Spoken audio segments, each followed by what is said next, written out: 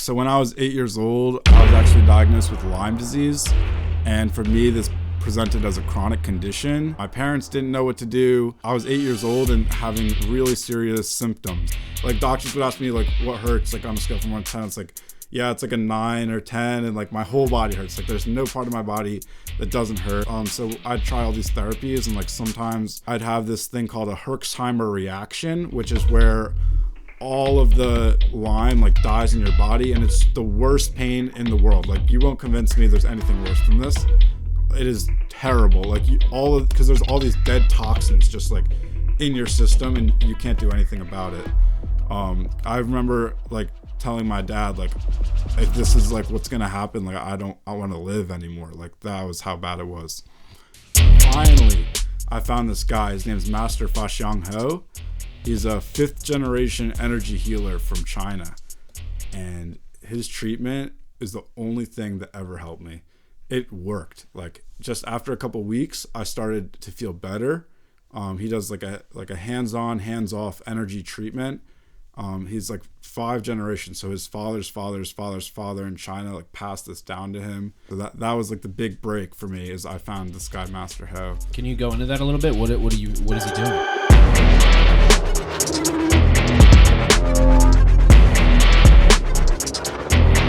3, 2, 1. Ladies and gentlemen, welcome back to another episode of Bopcast. Today on the show, I got my man James Calcagni. How we doing today, brother? How we doing, Ryan? I'm so excited for this. Dude, I'm excited to have you here. So it's interesting how we ended up here.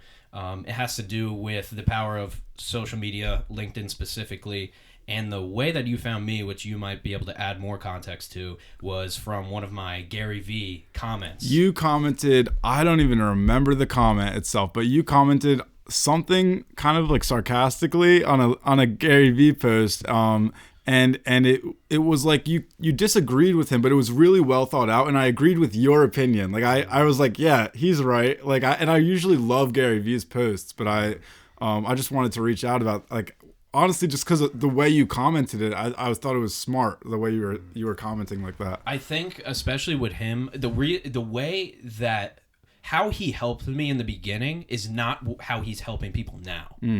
How he helped me in the beginning was not telling you like things in that you should be happy in a LinkedIn post. Right. It was like Daily V, where it was like real business shit. It wasn't all this like content and like all this shit. Yeah. So yeah, fundamentally, or like say on a post like that, which I believe this is this is one of the variations of the comment that I may have left, which is he says these things, but they're not practical. So it's like, you should pursue this. But I'm like, what are the 5, like, how do you actually do it?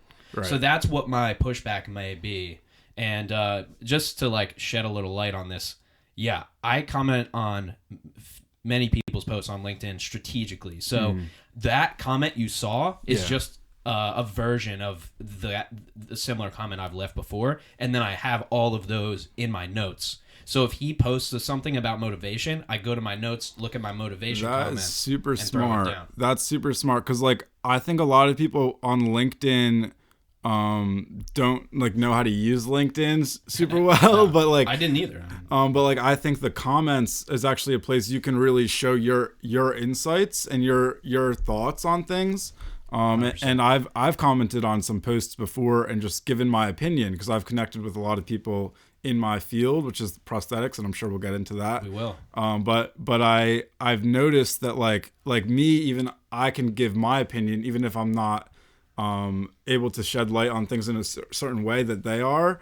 But I can still give my insights and share and show myself as a credible individual on LinkedIn. I think it's really powerful how you can kind of present yourself on these social media sites, and LinkedIn is especially different. It's very different than Instagram and TikTok and YouTube, which are kind of all following into the same kind of content type. But LinkedIn, I feel like that has its own special place in the future going forward. Yeah. Oh yeah, man. And I think they haven't adopted the vertical video on purpose, because I don't think they want the LinkedIn to be. They don't, and I've tried posting some, and it doesn't do as well. I've had some do as well, but they have to be super specific. Like, there has to be a really good video, and they don't even support vertical anyway. Right, but written content, and like the thing about LinkedIn is it's like a job networking type thing too. So I feel like by growing my LinkedIn, even though right now I am not looking for a job, like I think just like by having that, it does set you up for the like marketplace kind of if you need that. I mean, I have everybody. Like from now, the podcast does its own networking, has its own networking effect. But on LinkedIn, I have access to what do you need? It's like I got every industry, I got every job title. Right. You know, so if I'm looking into something, I can just go message that connection. I got 7,000 connections. Well, like, I found it to be super powerful. I mean, I did post a video. It was about me and the product that we've created, and just like as the CEO of the company, I posted a video, and it got a ton of reach and exposure. And from that video post, I actually, the co-founder of our biggest competitor, they've been in the industry for 20 years now. They reached out to me because I posted that, and actually we started a conversation, and I was able to learn a lot about their process and how they started their company 20 years ago in the same space that I am. And that was through LinkedIn. Like, that connection wouldn't have happened if I hadn't posted that video on LinkedIn. So I just see, like, that connection is worth $1 million, you know, anything. Yeah. Like, you can't put a price on that. So, I think it's worth it to at least invest some time into doing that. I'm not like the social media guy, but I see the value in it. So I make sure I put myself on there. Yeah, man, there's more than a few different ways that we could go. Yeah, I'm sure.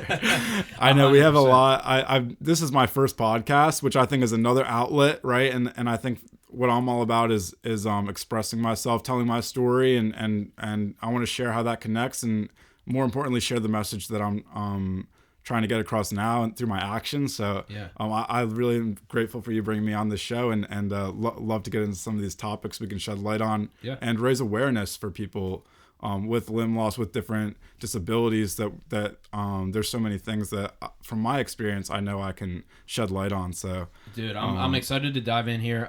I'd love, if you don't mind, maybe give a little bit of context as to what you're doing right now, and then we can go from there and probably go backwards in time and start with the beginning of your story. Yeah, you're right. So right now I'm gearing up because we're doing a Kickstarter campaign on November 22nd. I'm so excited for this Kickstarter campaign. Just to see the kind of reach we get, because we've had a lot of great feedback on this product. This product is designed to help people with lower limb amputations to stand in the shower.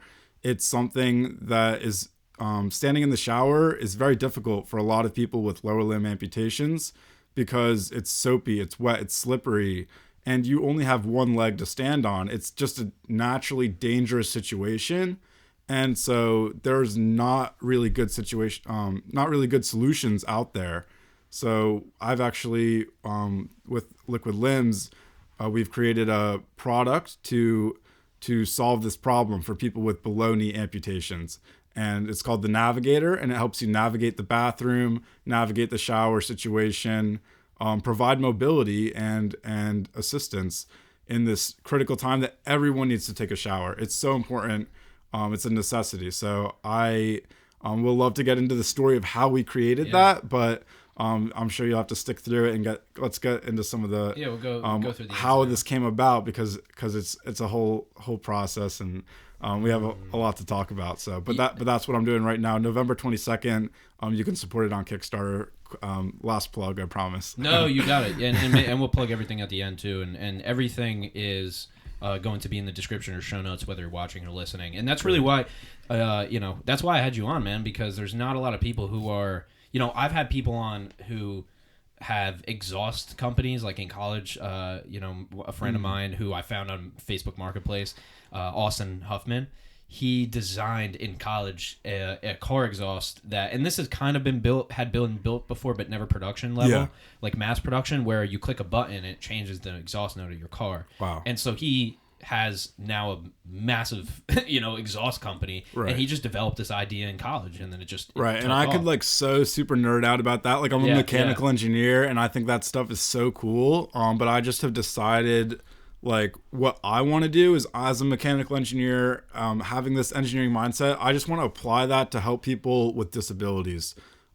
Because of my story, because of my background, I feel really passionate about this. I feel I am uniquely situated to empathize with those individuals, and I'm able to connect with them and create real solutions that can help solve their problems. And so that's kind of why I'm doing that as an engineer. But I think cars are cool too. And I have a friend, she's working like with Tesla and doing car stuff, but that's just not where I want to focus my energy. What did you then think that you were going to do? Like, did you think you were going to go into mechanical engineering? And then if so, what did you think you were going to do with that? Yeah, why don't we go back to the beginning so we can explain this, and I'll get right into that answer, because I wasn't originally mechanical engineering at all. I actually had to change my major.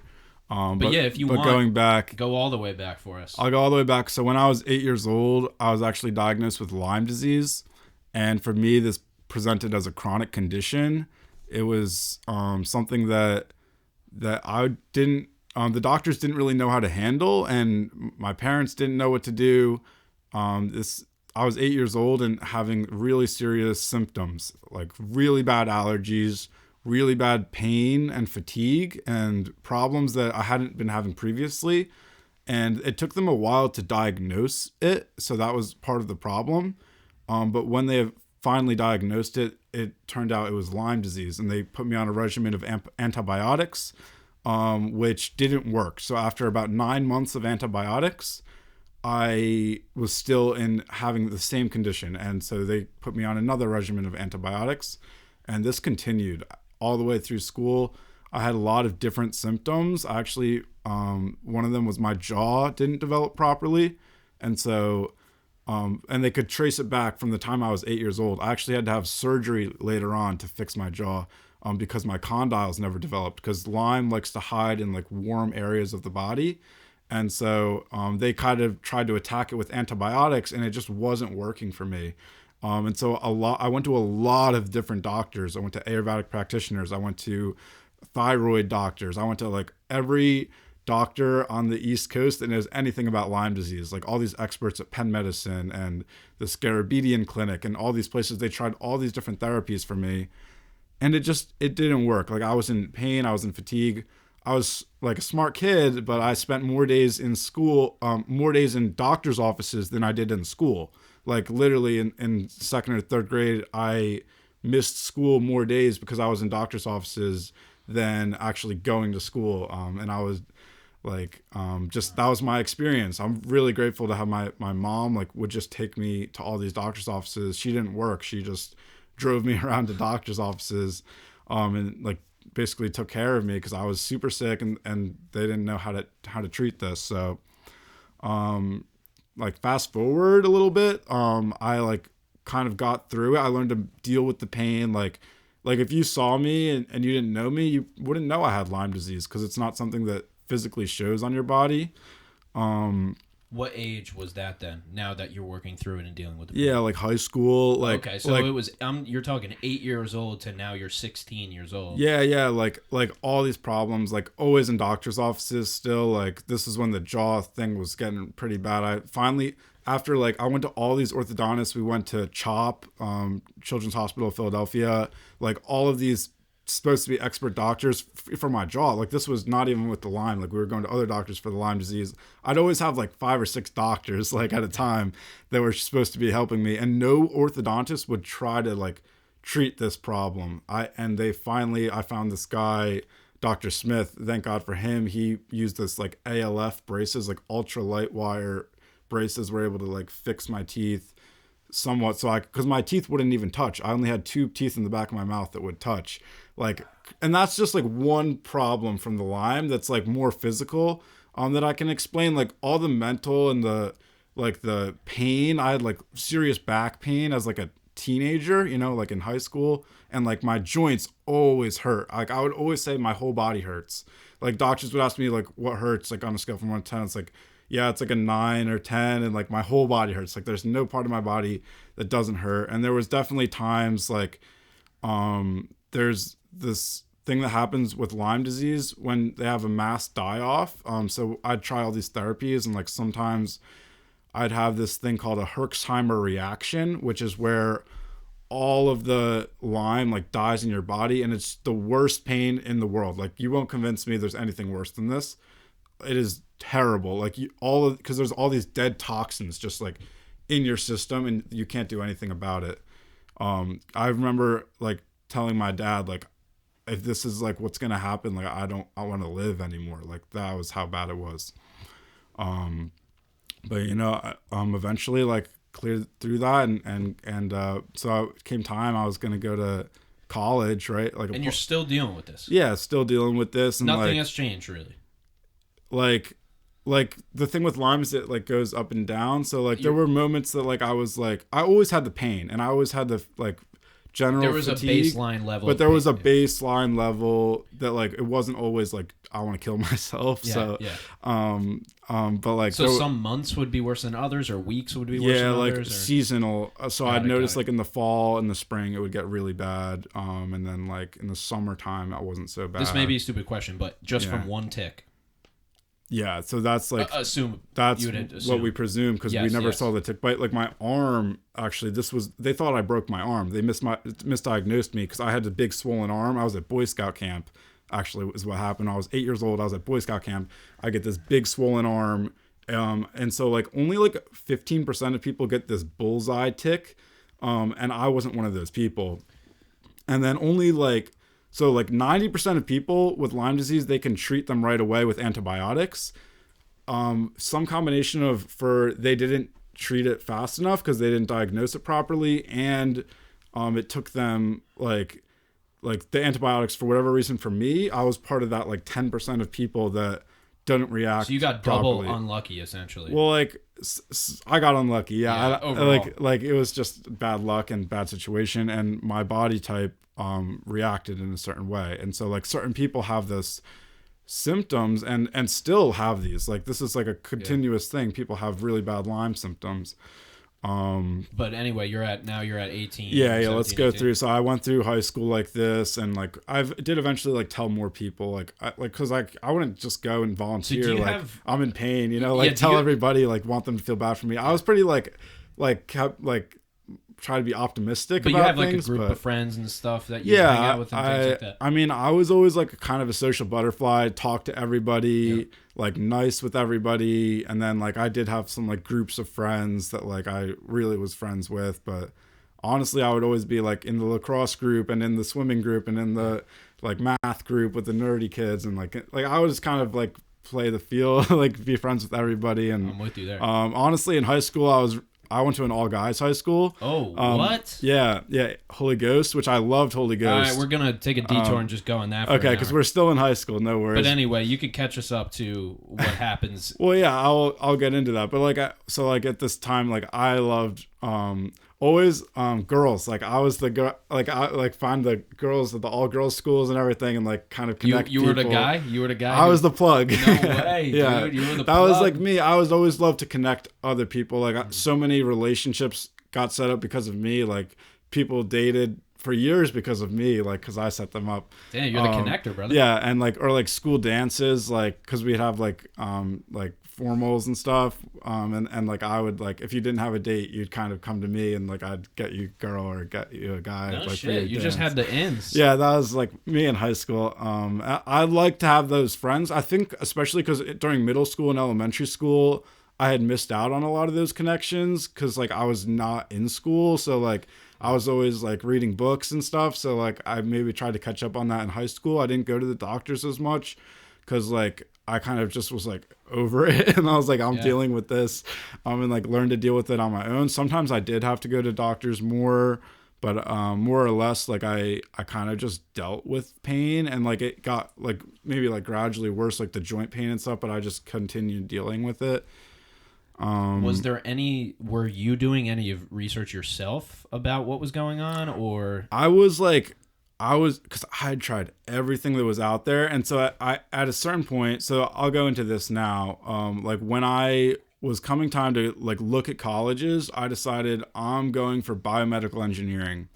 And my decision was I was going to engineer the cure for Lyme disease. Like, maybe it sounds kind of crazy, but like cure cancer, right? But like, but like I was like, I got to solve this, like for my life, because I had so many things I wanted to do. You know, I was like optimistic. I was still a kid. Like, I wanted to do so many things, but I was like, this is holding me back. So I was like, let's fix this problem. Honestly, like selfishly for myself. So all my essays for colleges, I wrote like, this is what I'm going to do. I'm going to solve Lyme disease. Good college essay. Yeah, solid. Didn't get me into Johns Hopkins, which was my dream school, but I got into a lot of colleges. I had a lot of options. I really wanted to go to the University of Miami. I had a really good offer there, but it was too far. I felt like I kind of wanted to stay closer to home just because of the Lyme and everything. Like, wanted to be closer to my parents. I had a full ride to University of Alabama for mechanical engineering, and it would have been free, like totally free, because of my like ACT score. They had like a deal, like if you got a certain score on the ACT, and they gave me a full ride. It was mechanical, and I said the reason I turned that down was just because they didn't have a biomedical engineering program, and I was like, nope, I want to go for biomedical engineering. You're set on this curing the. Yeah, I was like, look, I really loved the school and the energy there, and like the fact that the tuition is zero, but you know what, like, I want to do a certain thing. And so I did have a scholarship to Penn State University, like main campus. And I went there, and I just chose that because I had a couple friends going there. Like my best friend from high school was going there. We were like, all right, we'll be roommates and like do Penn State. So I went there for biomedical engineering, and that was good. You know, I did my first year of school. Like I had kept good grades in my engineering classes, you know, made friends. I joined the water polo team. I had done swimming in high school and lacrosse, actually. How big was your high school then? The all guys high school? Yeah, there was 100 kids in my class, so not too big. Yeah, so not too many dudes. No, not too many. Not too many bros. No, it's a small school, and like it's a preparatory school, so they really prepare you for college. Like when I went to Penn State, honestly, my classes, like, I felt really on top of things. Does that work? Yeah. Does that actually is a prep school really a prep school? Because you know how they just say that, but like, did it really? Yeah, was it really? Well, if you never went to a public regular high school, you probably wouldn't know. Like I went to public middle school, and so, like all my friends went to public high school. The high school version really isn't different. So. Yeah. I could kind of tell, and like I was friends with them still. Like I was still friends with the kids from all different schools. So you're the only one though that. Like, did any of your friends that you knew before go to this high school as well? Not really. Your parents made this decision? Not really. Or like no, it was like my decision for high school, but like I think because like they probably did want to push it a little bit, because in middle school I was always talking to girls. Like this was always my thing. Like I would just love to talk to the girls during class. Like I'd get in trouble just because I was like always talking to the girls. And so I think when the high school time came, they were like, maybe pushing it a little bit. They definitely knew I'd get a better education at Ghost than Pennsbury. I believe that was the case. And it was like, I was like, remember there was this, Pennsbury had like a much bigger school. It was like 4,000 kids or something. So, but you still lived at home. It wasn't like a boarding. No. I lived at home. I took the bus, you know, and Pennsbury, like I remember they had this class, like this computer science class. I was like, oh, what if I go there? I can take this class. And my parents were like, look, like if your question is like if you can take this one class, like I guarantee you'll get a better education at Holy Ghost. Like yeah. And I got a scholarship there too. So, so that's a Christian high school as well. It's Spiriton. It's Christian, but it's not like super strict. Like there was a Jewish kid in my class and stuff. And, okay, cool. It's not like they're accepting of the others. Yeah. They don't shun you. No. It's very open and really good, like brotherly community. Seems it. Yeah, it was really. I actually really enjoyed it. Yeah, and getting that because you do. I don't want to say. Well, yeah. Even at that age, it's very easy to feel lost. So to have the brotherhood, there's definitely a good brotherhood, and like I remember our senior retreat was like really powerful. Like after the 4 years of whatever, like we had this retreat after, and you did feel like a really strong connection. And I loved Ghost. They actually recently shared an article about me, because it was like in the news. So that's good. Gets them a little clout, you know? Yeah, good for them, good for me. Win, right? Exactly. If we, come back up to speed here, was there anything that there must have been a transition then in college of okay, I'm not going to do this Lyme's disease thing, and now I'm going to go to... Well, okay, so let's go back. So I'm at Penn State, right? Yeah. Let's get into Penn State a little bit, break that down, because that's interesting. I joined a fraternity at Penn State too, because that's what like everybody did my second semester. So joined a fraternity. I was actually doing fine. Like I had pain still. Like I actually was going to doctors sometimes. Like I'd go to a doctor's office. Like I was having definitely pain. And then that summer I got another tick bite. Whoa. That completely crashed my system. It like really wrecked me. Like I wasn't able to go back to school.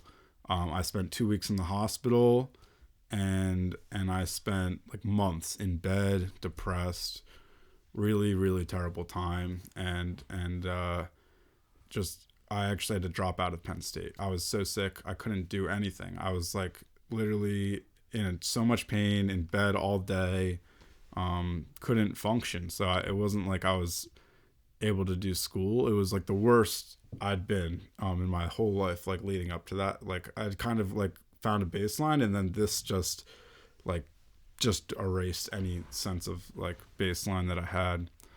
And so what happened though, I'm actually really grateful that this happened, just because like it brought me, like forced me to leave Penn State.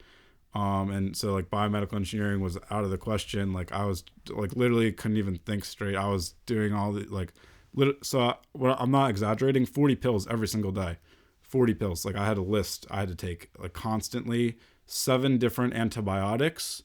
I was taking lithium, Seroquel.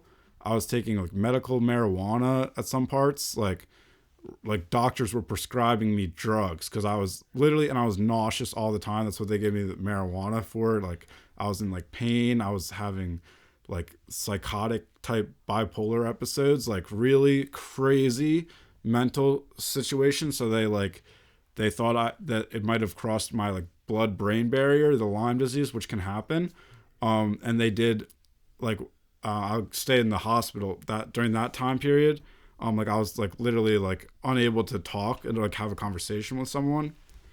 They did a spinal tap on my back, and actually like the first time I didn't know what was happening, and like because like they couldn't explain it to me, and they didn't like sedate me, and I was like freaking out. They could have paralyzed me. Like I almost died. Like I literally could have died or been paralyzed, like during this time in the hospital. And then they like sedated me properly, and then they did it again because I literally felt like I was getting stabbed in the back. Like I had no idea what the hell was going on, so like it was really dangerous, and like I could have hurt someone, and I could have been hurt. Like really crazy stuff, like and this was just, and then I was still in pain, still like tired. They didn't find what was anything. That what is a spinal tap? What is spinal tap? They it's like basically like drawing blood, but like in your spinal fluid. So they like poke a needle into your spine. And that was it was supposed to release some kind of tension. This was supposed to diagnose if the Lyme had crossed my blood-brain barrier, because if it had, then it would have been like a really serious problem. I don't know what they would have done, but so it's related to the but they wanted to do so many different things. Like some of the doctors wanted to give me chemotherapy. Like some of the doctors, they wanted me to put this thing inside my arm that would release antibiotics into my system on like a regular cycle, like inside of me, like bionic stuff. Yes. And like I was like this was like crazy, and at the same time I'm just in pain, I'm in fatigue. Like leaving the hospital, I literally threw up all over the ground in the hospital. In St. Mary's, like just disgusting. And I was like, no, and they were like, do you want to go back? I was like, no, get me out of here.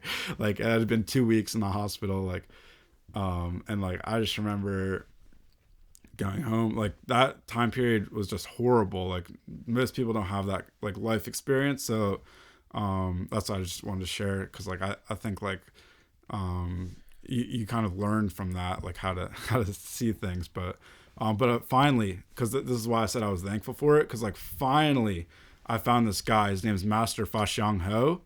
He's a 5th generation energy healer from China, and his treatment is the only thing that ever helped me. It worked. Like just after a couple weeks, I started to feel better. He does like a hands-on, hands-off energy treatment, He's like 5 generations. So his father's father's father's father in China like passed this down to him. He's the real deal. He's treated like really, he has had a lot of success, and his treatment just worked for me. After a few months, I actually like had no more pain in my body anymore. I was able to get off all of my medications, like no more antibiotics for the first time, and just changed my life. Like finding Master Ho. So that was like the big break for me, is I found this guy Master Ho. Can you go into that a little bit? What is he doing? Yeah, so like starting out, I didn't really know, like I was actually just looking for something to help with my energy. That's why I was like sought him out, because like I just had such low energy. Like I couldn't get out of bed most of the days. Like even just getting to his office, like my mom drove me. I couldn't like drive myself. There was no way I was going to drive a car, but like she would drive me to his office, and that was a lot for me, just to get out of the house for the like treatment, just to go to his house and like get the physical treatment. And but he would give just like a hands-on treatment on a massage table, and it's kind of like acupuncture. Okay. Like system, same points, but no needles, just his hands, and he manipulates the energy on your body. And so the first couple of treatments, I didn't really know, like it wasn't like it was like magic. It like didn't fix me right away. What does he tell you you're supposed to do? Nothing. Like be calm. First time, honestly, his Chinese, I didn't like he has Chinese English kind of. He moved here in 1992 from China when he was 30 years old. Yeah, I had like, a professor who was the same. And like deal. Honestly, I didn't know what he was saying the first couple times. But so basically, I just lied on the table, and he would like use his hands on your body. You're on your stomach and your back. First stomach. He does like an opening sequence, then flip you on the back. Is there music? Is there no sounds? music? Is there no music. Just incense? None of that. So this is not as like a spiritual vibe. No. So Master Ho's form is not spiritual. It's completely based on medical, like what's medically best for your body, and it's based on the 5 element system, like this like Chinese medical system and the acupuncture system. They just know like these meridians, like this energy. It's energy work. It's kind of like hard to explain in Western terms, but like I've been studying this since then. I've been studying this. I'll get into more like what I did later on with him, but yeah, like literally his treatment just worked for me. So I did his treatment, which was like I was going twice a week, which is why I think I got better so quickly, because my mom was taking me twice a week.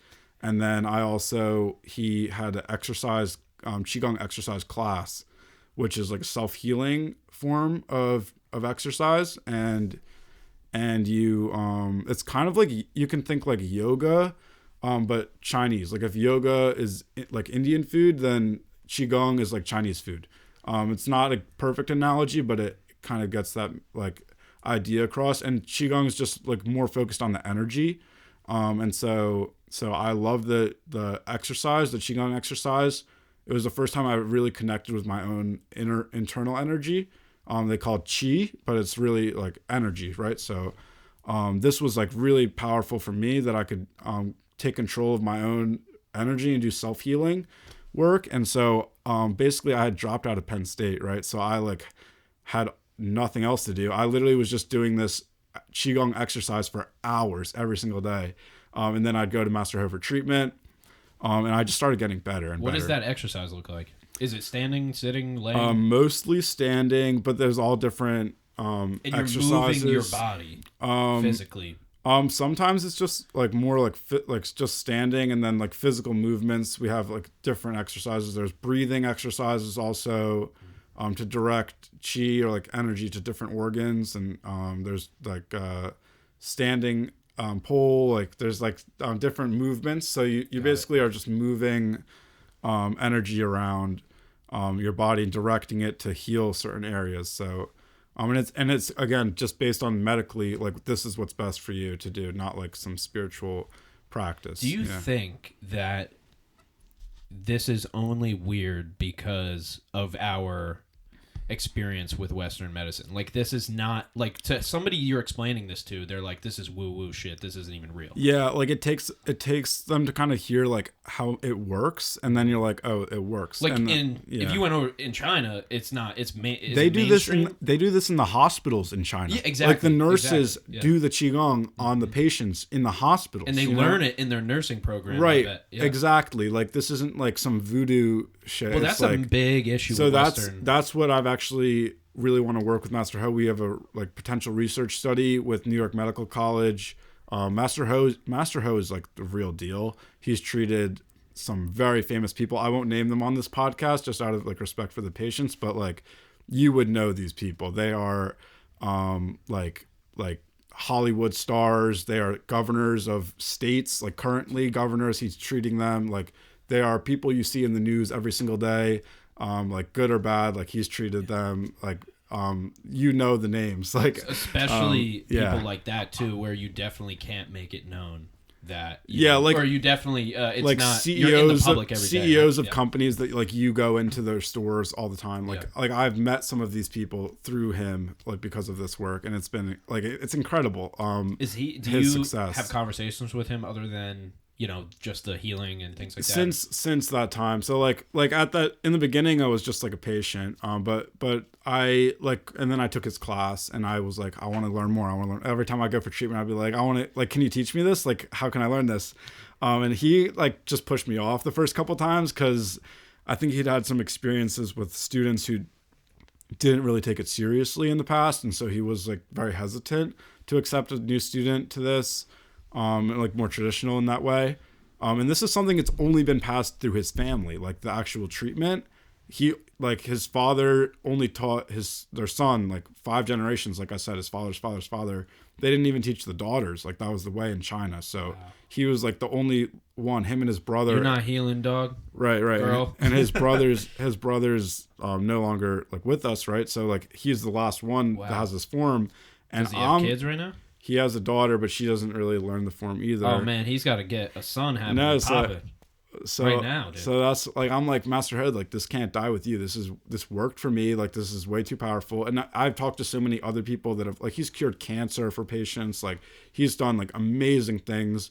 Really successful with what's the word? I'm losing my word, but healing, I guess. For if you can't get pregnant, infertility. Really amazing. Like over 50 babies born in the United States, like that they couldn't get pregnant for months and months or years, and then like he gives them the treatment for like a couple weeks, and then all of a sudden, boom, baby. It's amazing. Like really incredible things, and like stage 4 breast cancer patients, like crazy stories. Like people like me, he's very successful with Lyme disease with other patients as well. So I've always recommended him for Lyme because that was the only thing that worked for me, But I've seen even my family has had really great success. Like my mom had like shoulder problem, knee problem, neck problem. She had to have her gallbladder removed. She kind of like neglected her health a little bit because she was taking care of me for so many years. And so she's had the opportunity now to get treated with Master Ho and has had amazing success. My brother had a really serious concussion. We were on he was snowboarding, and this was like January, and he smacks his head while we're snowboarding, and basically they rush him to the hospital, and he has terrible memory loss. Like he doesn't remember anything from January or December. Like he doesn't remember Christmas. He doesn't remember coming home from school. He goes to Notre Dame. He doesn't remember coming home and like Christmas or like anything, like what he got for Christmas, like any of those things. Master Ho did the treatment on his head for 40 minutes. Afterwards, he remembered who was sitting next to him at dinner, like on Christmas Eve, like every single detail, like back in a flash, like from that treatment. And so I've just like, that's like one thing. I've seen people walk in his office, like come in his office with like a wheelchair, like needing assistance, like leaving, like walking after a couple days. It's like so many stories I've just from my time with Master Ho I've seen, because I'll go back like how I kind of saw this, but because like I pushed him. I was like, I want to learn this. I really want to learn this treatment. This is when I hadn't yet gone back to school. I was just like, I want to learn this. And so I started studying with him one-on-one and doing his Qigong treatment, like form learning with him. And I've been lucky to learn with another student of his, like 20 years student, Carl. And I love this practice. Like it really works. And it just makes sense to me. Like since I've learned it, it's not like voodoo or anything. Like it's just based on like the human body. And like there's his energy system. So like it recognizes like energy centers in the body, and it like similar to like some of the stuff you see in like yoga. And honestly, they should teach this in schools, because like if we had like learned this in like, no problem. If we had learned this in like elementary school, you know, like how many people could be benefiting from it. And like, but like they don't teach this, you know, like they teach like how to do push-ups in gym class, not like how to do some like meditation. Like if we could start at a younger age. So I'm super passionate about that, but I'll get into some of the more interesting parts of the story. Like eventually, so at this time there was a place across the street called Robotech. I'll drink some water. It's interesting, right? Yeah, people love this stuff. So there's a place across the street from Master Ho's called Robotech. And like I'm going there all the time for treatment and like learning with him, and I see Robotech and I'm like, that's just like the engineer in me. Like I was like, what's Robotech? I always do that when I go past a business. If I can't figure out what it is, I'm like, I need to figure out what that is. And I was like, Robotech. Whatever with tech, it sounded like such a cool Robotech. I was like, wow. So I go in there one day, like me and my dad went in there, and it's this retired electronics teacher, and he teaches kids about robotics. And I was like, wow, that's really interesting. I'm like here all the time. And I was just like, would you teach me? Like, would you just teach me about robotics? Like, whatever you know, I'm down to learn. I told him my story and everything, what I was doing. He was like, yeah, sure. So I started going to him as like a one-on-one apprenticeship. So I was going across the street with Master Ho for an apprenticeship. And this guy, it was like a gap year, I consider, from college.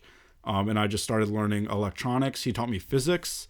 He taught me electronics and like circuitry and robots we got into, and like mechanical design a little bit. Like he just taught me everything he knew. And he got me to a point where he's like, honestly, I don't know what else to teach you. Like in just a matter of months, I was going like twice a week, I think, to him also.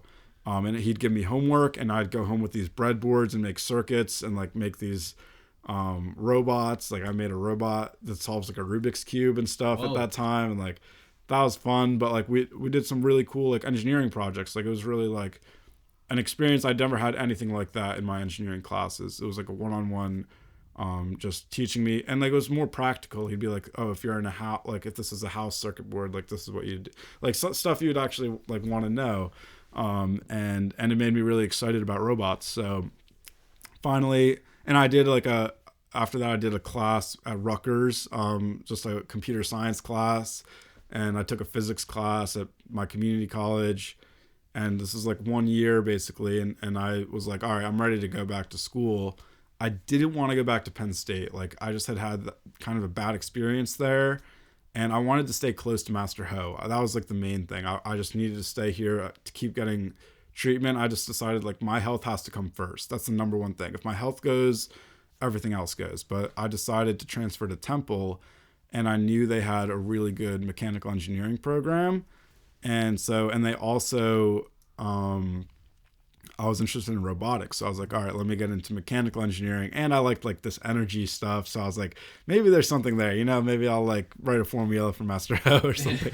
Like, I don't know. Or but, maybe combine them somehow. Yeah, like maybe some robot. But like my brain wasn't like focused on that, but I was just like, robots are cool. And like, I want to finish my degree. And like my parents wanted me to finish my degree. And Master Ho even said, like, if you want to do this kind of work, honestly, you need your acupuncture license, and like you need to go back to get your undergrad first to get your acupuncture license. So I was like, all right. Wait, you got to have college for acupuncture? Oh yeah. You have to have an undergrad, and then you need 2-year masters to do acupuncture. Do you need less school to be a chiropractor than you do to be an acupuncturist? I think it's about the same. I don't think it's the same. You know, people say that chiropractor. Do you go to a chiropractor? Or?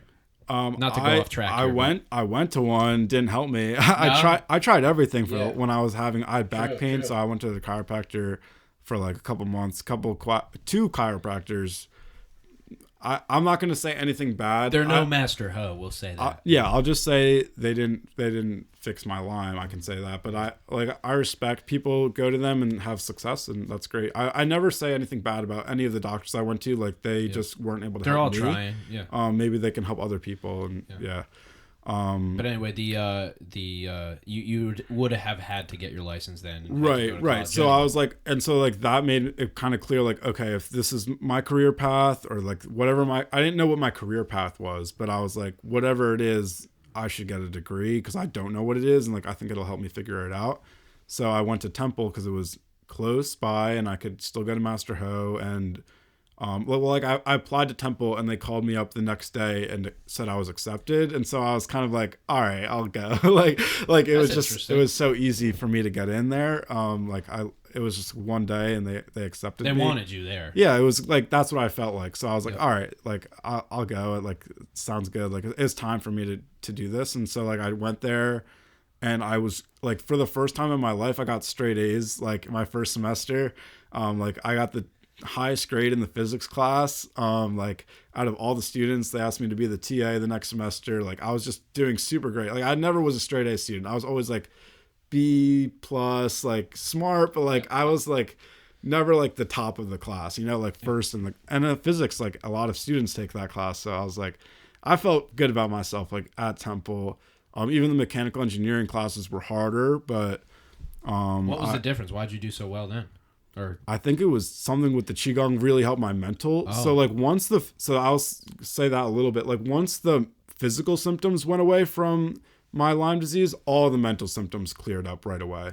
And what were like you said, it was like your brain was cloudy and things like that, or like brain fog and like I always had the brain fog. I realized like later, but like in high school, I had this brain fog sometimes. But like I didn't. You got used to a lot of this. You just like because that's your experience since you're 8 years old. Like you don't have anything to compare it to, so like that's your normal. But like, and I had at that time like bipolar. Like I was diagnosed with bipolar, and they were giving me like drugs for anti-bipolar, which like I don't consider myself bipolar now because I don't have like these manic episodes, but I definitely had like these crazy manic episodes and depressive states. Like now I'm more, maybe my personality is still kind of like that, but like I'm much more leveled out, which all was because of the Qigong. I think I really, and like doing some meditation and like as like a regular practice. Are you still doing the meditation? Oh yeah. I try to do what does that look like? Every morning. You guided, not guided? No. Well, now not guided. I just do. I switch it up. I've learned a lot of more like advanced meditations with Master Ho too, and I've had really amazing experiences, like serious things I really wouldn't be able to put into words by doing this. And I think it's something. I know you probably have like a younger audience, maybe like for me, as a younger person doing like meditation and Qigong, I think it's amazing because I'll have this power my whole life. Like it's harder to meditate because we have kind of more thinking, but like and like you shouldn't meditate for those experiences. Like that's like extra. Like you really should meditate more for like the discipline and but like I have seen amazing benefits for my life, and I think like if I continue to do this, I'll just be helping my longevity and everything.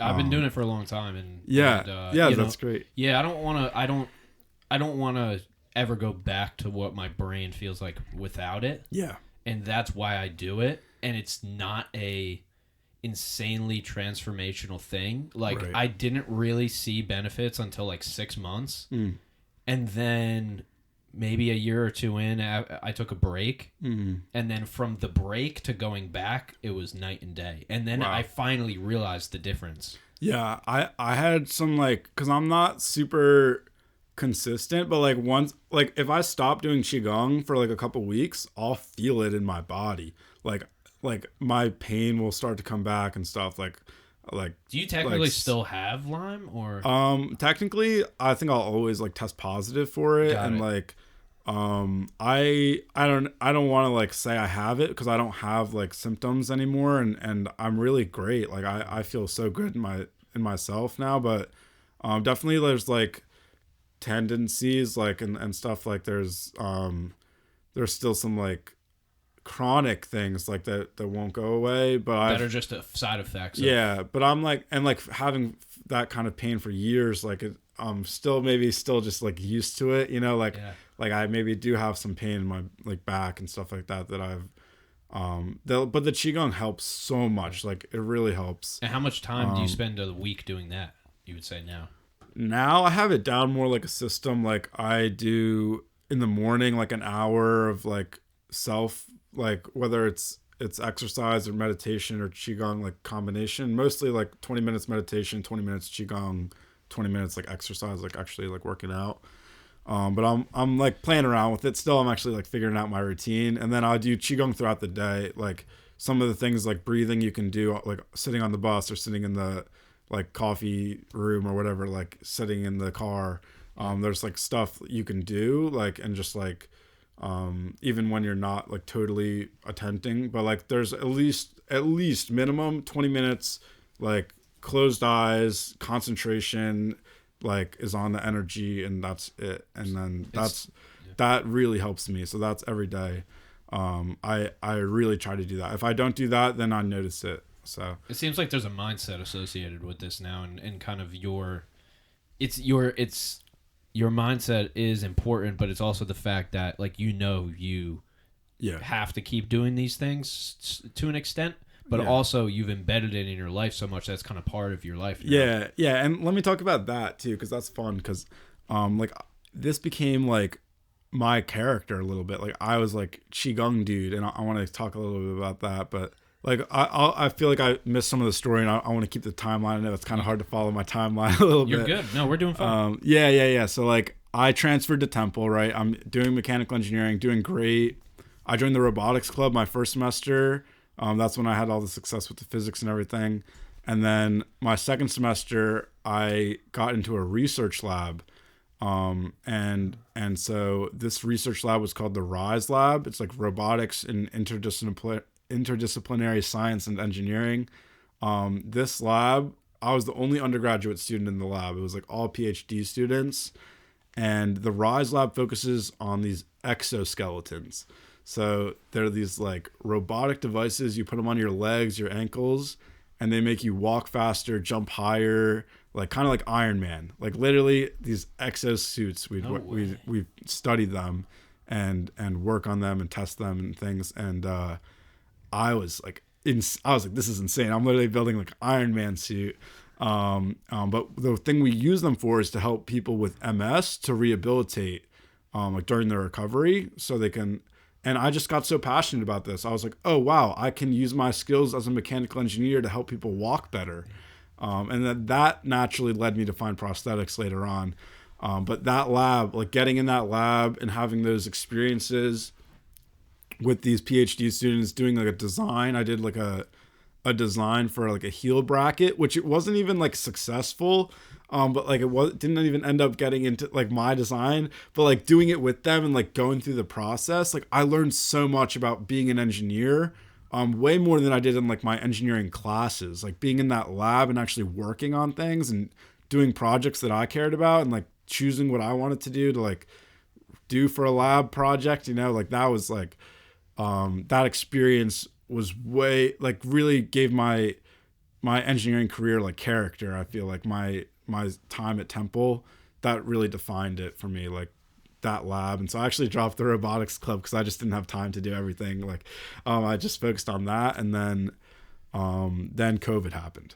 So this was to paint the picture 2019 I joined the lab, and then like 2019 I transferred into Temple, joined the lab, and then 2020 I'm in the lab. Like I was like a paid undergraduate intern. I was like gonna be over the summer like paid. I was just doing like free. Like I loved like for the experience, and they were gonna pay me over the summer. And then that summer is when COVID happened. And so COVID, I did still work with the lab over the summer like virtually, and I did a paid thing with them in the fall, like virtually, just because of the setup. But COVID really like had a big impact, especially, and I want to talk more about the Qigong like impact, because that that kind of dictated how things went for me. So, because Master Ho had taught these classes, like I said, in person. That was like kind of the business also. Like he taught these in-person classes, Qigong classes, and there'd always be like 20 to 30 people in these classes. And so, because of the pandemic, we had to cancel the semester. We were like, we can't do these in-person classes. And so I actually was like, well, what if we did them on Zoom? And so I set up Master Ho on Zoom and organized this whole class on like Teachable. And we had all of these students come, and we were able to like triple the size of his classes because we got all of these students who had no longer been able to come see him in person, that like were all over the country, all over the world. All of a sudden we were having people come in from Australia and like India for our class, like our Qigong class, which only before was restricted to Mount Laurel. And we found that Qigong teaching online was very effective. Like Master Ho could see everyone's camera individually. It's not like you're in this big room where he can't see the person in the back. Like he can actually see what you're doing on the camera and see the energy and like your movements and everything very clearly. And it's almost like on the other side, like a one-on-one experience. You see just Master Ho on this big screen, and you're not seeing like all the other people. And so it was like very good experience. People loved the online. It's easier. You don't have to go drive to Master Ho's house. Like you just turn on your Zoom camera, and then if you missed it, we have recordings for you. It's like there's a lot of great things, and I put together these PDFs for that. And so I actually was like, I got super into it, and I changed my Instagram name to Qigong Dude. Now this, looking back, I won't say it was a mistake, but like it caused me problems later on when but like I'll get into that later. Okay. But like I made my name Qigong Dude, and I started just talking about my story and like these classes we were doing, and people flocked to it. Like it really worked on social media because it was just interesting. It was during the pandemic, everyone's at home, and I was talking about Qigong, which is like this practice most people haven't heard of. And so I connected with all these like yoga people, and did these live streams, and I was like an Instagram influencer. I got like 20,000 followers on my Instagram channel over that year, like just posting about Qigong, like, and like I'd post like breathing exercises and like teach it a little bit, but like it wasn't easy to teach it on Instagram, but I'd like do even just like motivational stuff, and like just like talk about like an exercise, or like just every day was like different, like compare yoga versus Qigong. I'd have like different posts, and some of them were like really great. Like I did a like live stream with I was Qigong Dude. I did a live stream with Qigong Lady, and we had like I think like 200 people like on the live stream at the same time, like stuff like that. I loved like that. Like for me, like I was like, this is really cool. Like I can have an audience. So that was really powerful for me. And I was also dealing with Master Ho, like doing business. Like for my first time, it was like my first kind of entrepreneurship experience. Like I was actually, like we had sales and like we had expenses. You know, I had this website, and like it wasn't like crazy business, but it was like a business. You know, like, and I was like, oh, I can do this. You know, like I can figure this out. But like at the same time, I was still doing my engineering work, and I was really passionate about that. So I was doing my work in the lab, and I was like Qigong Dude, and like I was kind of figuring out how to balance that. And yeah, it was cool. And I've been continuing to learn with Master Ho, and like been his friend and everything. And this is now going into 2021, or yeah. So let's say like end of 2020, like pandemic. We've had pandemic for a while now. The pandy wandy, as we call it here. Yeah, and official term.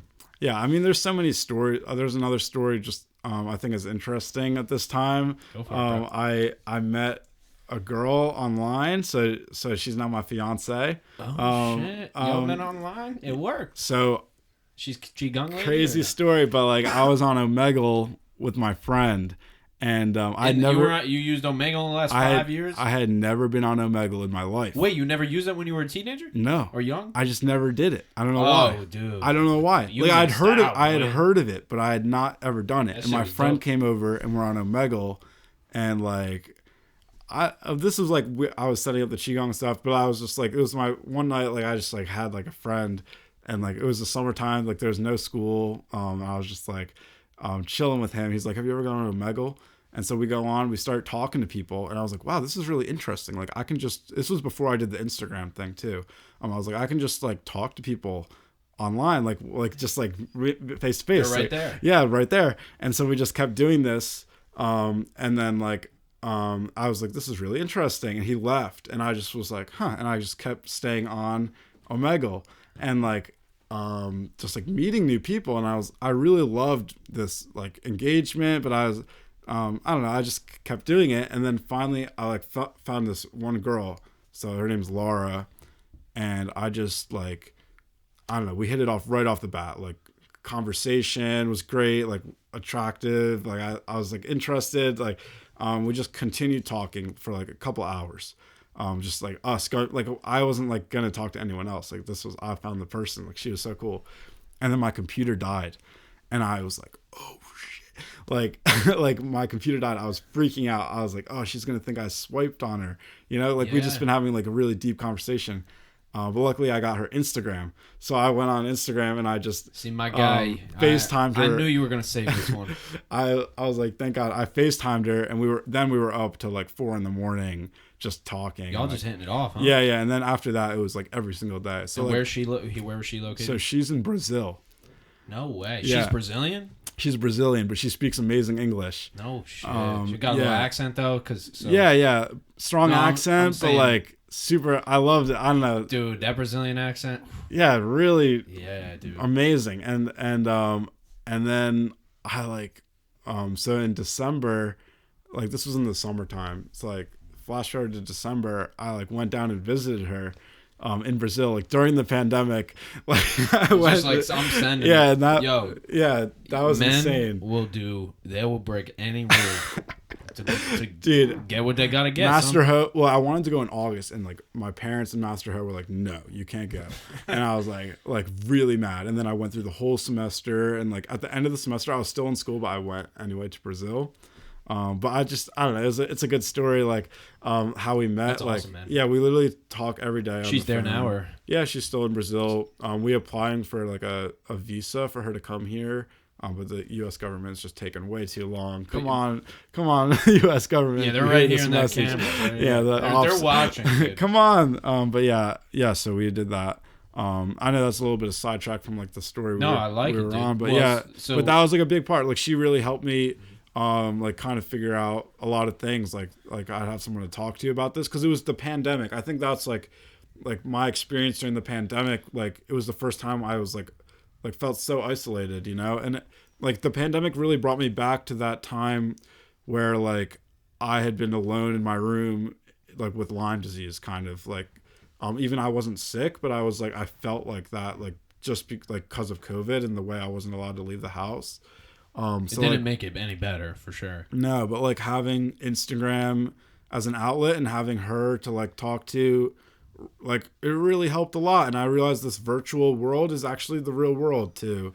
I wouldn't, dude. Me and my girlfriend started dating March 20th, 2020. Yeah. So I had a similar experience. Yeah, I think I was like the next month, 1 month later. Yeah, and luckily like we were only 20 minutes from each other, so we're long distance now. So I've been long distance for 2 years or something like that. It's tough. Hours, not like countries, but still. No. But we're literally on the opposite side of the world. It's like if you're 2.5 hours or you're 2.5 weeks away, it's just like it's the same thing. It's pretty similar. It's tough. It's really tough. And but it didn't really matter for me at that time. I think just because like any girl, I wouldn't have been able to go see them anyway. I felt like kind of in person. No, it actually like was the perfect time for you to meet somebody virtually. Actually, yeah, it was perfect virtual time. And then now we're just like trying to make it work so we can be together. And you proposed or? So I've been there 3 times since then, and I did propose the last time I went. Respect, brother. So because I was honestly, I feel like I'm young to get married, but I know she's the one, and just it's the easiest way to get her here to be with me. So I feel like I'm ready, and we're doing this. So I love I'm it, all in. I love it. Yeah, I'm really excited to connect with her again soon. I hope to go down there again, but yeah. Anyway, so like this time is kind of like a changing transformation period for me. Like I'm like figuring out what I want to do with my life. I think like making some big decisions. And you had your apprenticeship. I'd gone through my apprenticeship, my experience. Now I've got to like get this degree. Yep. I think that's like kind of like a weight on me. But I'm like figuring out like what do I want to do after? And so this is when I realized like I don't really want to be like an engineer working at a company doing like engineering work every day. Like I felt like I had so many ideas and visions and like my experiences. I just felt like I have to do something different, you know? Like that's just not me. Like I'm a good employee. Like I'll do a really good job. If you hire me, I'll do the best job, you know? And like if I want to do that job, I will do the job. But I just couldn't see myself building someone else's dream, making someone else rich, like when I could do my own business. So I kind of already started to think on those lines and like trying to figure out how can I support this? Like, can I do Qigong treatments and do this? Or like, can I like have this classes, like do coaching? So like trying different things, like figuring it out. And then basically I was still working with the exoskeletons and I had to have like a backup plan. So my backup plan was like kind of doing something with the military. I always felt really strongly.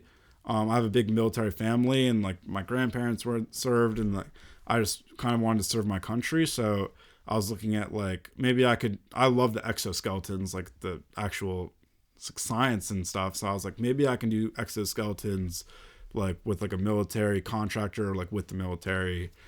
And that could be my role, or I could just like work with the military in another capacity. Like that was kind of part of me was thinking that. And then I was just like figuring it out. I literally like had all these options. I think it was like, it might sound like complaining, but I was like stressing over having all these different options. So it was a good problem to have. I was definitely like putting a lot of weight on myself though to figure it out. And then it came time. I actually did an internship with a prosthetics company. I really loved the idea of prosthetics. Like I had never really thought about it before. Honestly, it never even crossed my mind. But since I found the exoskeletons, and like I was helping people walk better. It's in the same department as that. Yeah, they literally like the same companies make the same things. Yep. And I was like, okay, like prosthetics. And like, it just made sense to me. And I was like, prosthetics. Like, okay, let's learn more about this. You know, I wasn't like, I was just like, oh, this is what I want to do. Like, I'm so passionate. Like from the beginning. It was just standard curiosity. Like, curiosity. And I actually, for my senior project, so this is where I start, my senior project was based on like waterproof prosthetics. I had the same advisor as the advisor in my research lab. He had a project with a prosthetics company as like a sponsor, and we were focused on the fact that most prostheses aren't waterproof. So they have a lot of metal componentry that will rust and get wet if you like get in the shower, for example, or if you go in the pool. And so they had this idea for like a swimming leg or like a shower leg, like a waterproof prosthetic device, right? And so basically I kind of took it upon myself before that project even started. So this is like I remember I was in Brazil, like the semester hadn't ended yet. And I had the first meeting like with the group about this. And I was like, honestly, like still not so sold on like what it was we were doing. I was like, sounds like a cool project, but like we hadn't defined what it was going to be yet, you know? And like, I remember in Brazil thinking, wait, this is like pretty cool. I can't wait till I get back to work on this. Actually, like part of me was like, even I was like having an amazing time in Brazil. I was like, yeah, I kind of want to like work on this. And so I came back, it was still a Christmas break. And I started, one night I was like on #amputee on Instagram. Cause I was just like, I was for whatever reason working. I do this like sometimes at night. And I was just like looking at,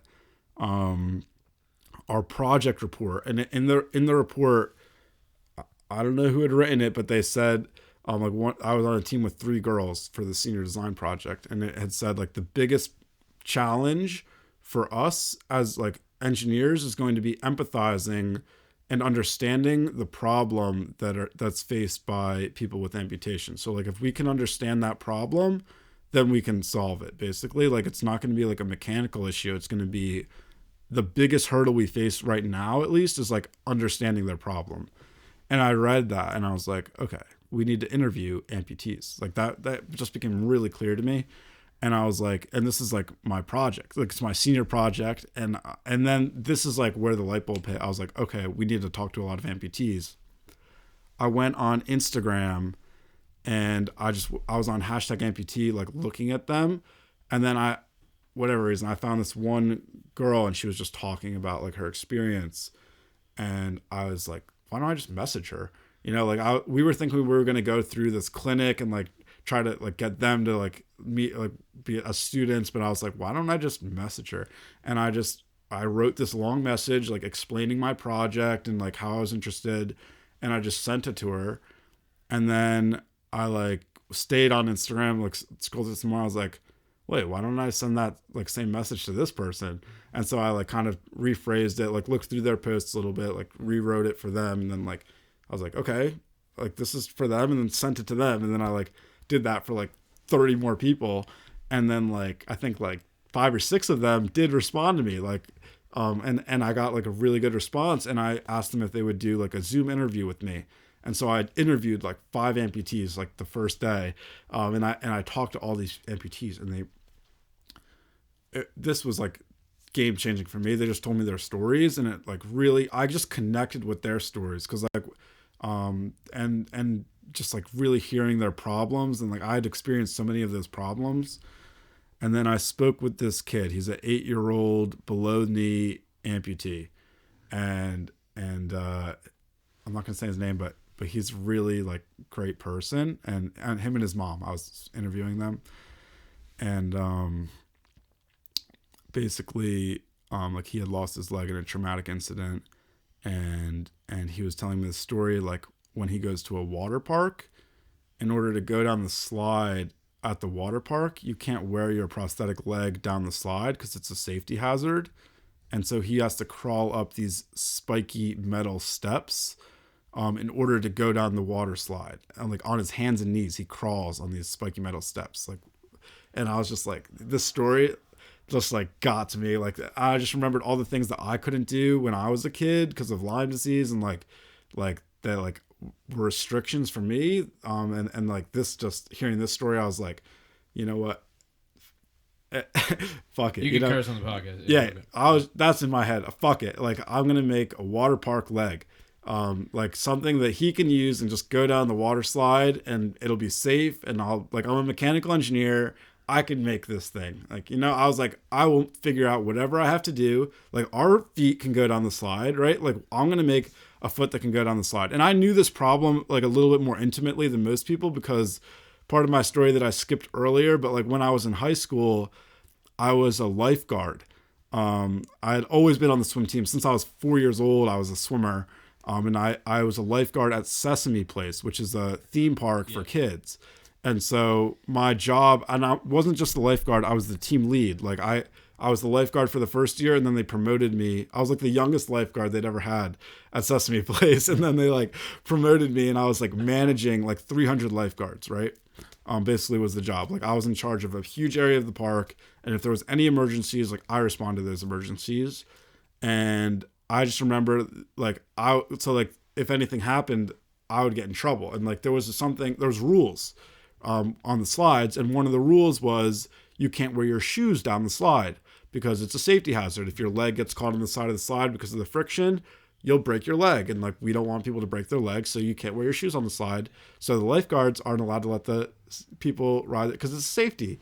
And so like when he told me like I can't wear my leg down the slide, I knew that. Like I was like, yeah, you can't wear your leg down the slide. But then I thought about him like crawling up the steps, like the spiky steps, and I was like, but that's not a solution. Like there's got to be a better solution. So my first reaction was, I'm going to make a water park leg. And then I kept doing these interviews. I kept messaging people on Instagram, and everybody, like I wanted to do beach legs and pool legs. Like as I talked to people told me different situations. I was just like asking like, so what do you do in the water? Like, how do you go to the beach? And like, I was like, okay, I can make a leg like this. Like I can do this. I can do this. And then I just realized after all my interviews that the shower was something that everybody has a problem with. And it's something that everyone needs to do every single day. You have to take a shower. It's a necessity. And especially for these people with the amputation, because they have a residual limb, which is encased in the silicone liner inside of a socket all day. So like they are wearing this silicone on their leg and it's getting sweaty and dirty and they need to clean it and take care of it. And so there's like no suitable, like they can't wear their prosthesis in the shower, even if it was waterproof, because like they need to be able to wash their leg and take care of it. And like this was a problem that I talked to so many people about. And so I actually spoke with some, like a lot of different people, like above knee amputees and below knee amputees. And what I found was the below knee amputees, like not all of them, everybody kind of has their own method. And it was really interesting to learn how they did it. But like people would sit on the floor, people would stand on one foot and just risk it. But like if they fall, they could really hurt themselves. I talked to someone who had fallen, landed on the residual limb, and she needed to have another surgery because of that fall. And so it's like very dangerous, and like it's slippery. And so, but a lot of below knee amputees will put their knee and rest their shin on the device. And actually like on the shower chair. So they'll use a shower chair, but they won't sit on it. They'll put their leg on it. And so that kind of gave me an idea to create this device that you could rest your knee on and also use as like a mobility aid, and have like a handle there. And I had another idea, like you could use this as a cane kind of. And I kind of combined those two together, and I worked with my team, especially a team member, Amoya. So she actually is a bioengineer. I had two other mechanical engineers, but me and Amoya like worked together, and also the other team members. And eventually I like just through these interviews that I did, really conceptualized a really powerful design. And then I'd like show it, go back to those amputees and I'd show them, I'd be like, what do you think about this? Like, what do you think about this? I came up with 4 different designs, like totally different wacky things. And like came in and then they'd like be like, oh, I like those 2, or like, I like that one. And then I'd be like, okay, this one makes more sense. This one makes more sense. And then like, I'd show them like, what do you think about this? Like, should I change this? What do you think about this? And then over that process, like design something that they wanted. Like everybody was like, yeah, that works. I want it. You know, like, and I just showed it them, and then eventually, so we 3D printed like a prototype, and I tested it a lot, like took showers with it and everything, and it works. You know, I was like, got to the point where I'm like, I would use this if I was missing my leg, and I walk around my basement with it all the time, like walk around my house, up at the stairs, like I'm like, honestly, if I didn't have a prosthesis and I was missing my leg, I would use this to get around. And we designed it like in a way, like from those interviews, to be compactable. So like a lot of people said like they are fine in their shower at home, but when they go to a hotel or like an Airbnb, they don't know the shower situation there. And a lot of the times, like I have a friend, he's a motorcycler, and he goes to these like events, and those events, the hotels get booked and they only have like 5 handicap bathrooms, accessible bathrooms. And so they like are booked out and he can't get access to them. And then he doesn't have an accessible bathroom and he can't like do anything. Like, so people have to sit on the floor in like the dirty bathroom at the hotel. Like that's like wrong for me. So I'm like, okay, so it has to be collapsible or like compactable so you can put it into a small bag. So we made sure that all the parts can come apart and you can put it into a small bag. And like all these little things, you wouldn't just normally think like, oh, like I'll make it collapsible. Or like I'll put the handle so they can use it like a cane, like things like this, or like I'll have it open so they can wash the residual limb, you know, or like easy to put on. So if they need to go to the bathroom in the middle of the night, they don't need to put on their full prosthetic leg, like their silicone liner and their leg. They can just grab this thing and go. Like what's the use case? Where are they going to use this? Is it going to be outside mowing the lawn, or is it going to be in the shower? Okay, it's not going to be outside, it's going to be in the shower. So like we'll design it, it's got to be waterproof, and we make all these criteria, but it's based on what people want. And so I think my ability to empathize with those people and understand their stories, and then like take that and use my engineering knowledge to design things, put that together, I was like, I can make a really great device. And so we have this one, calling it the Navigator, help you to navigate the bathroom, navigate the shower. And we're at the point where like I need more people to test it and give me feedback, because like they all look at it and say, that looks great. And they watch me walk around with it and they're like, yeah, like I just need to try it. And like, I need them to try it because I'm not an amputee. And like, I did not design this for myself. I designed it for them. I designed it for like you amputees, you know, like, oh, that's what I said. Like, this is for you. Like, what do you think about it? That's kind of like, I need to give it to them and let them try it. So that's what I'm trying to do. And so we're doing like a Kickstarter campaign, in this November. That's what I've been like gearing up for a little bit more, just to like raise funding for the beta testing for this. Cause I realized it does cost money. Like it is a business. But like, I'm not really in it to like enrich myself. It's more like, I'm just on this mission to get this device into the hands of people that deserve it, in my opinion, and need it. And then like, any money we make, I just want to put it into the next project. Like I have so many other things I want to do. For example, like we have a design for the above knee amputee community, which is different because they don't have that part of their leg to rest on. So they need a different design, but I have like a design that's pretty much ready to go. As soon as this one's done, like, we're going to do that one. Then we have to do testing for that one too. And like go through the process. So I'm kind of just like feeling urgency, not so much just like to get this one out the door. Like they've been waiting. Like this is something that should have been done hundreds of years ago, in my opinion. So like, let's get it done and like do it now. We have the technology, we have access, and like, rather than me go work on cars, like I said earlier, like let me work on this and solve this problem. And I hope like 100 years from now, people will still use this type of device, or like maybe there's like, I know it's not perfect. Like it's not perfect. It's like, you can't have a iPhone 13 unless you have a 1, 2, 3, 4 kind of thing. So like, but I do feel like the version 1 that I've created will help a lot of people. And I'm really passionate about that. So I'm trying to get some funding so I can make it happen, because that's where I'm at with it. Yeah. I know I kind of went off in so many different directions. No, I'm but, just letting it breathe.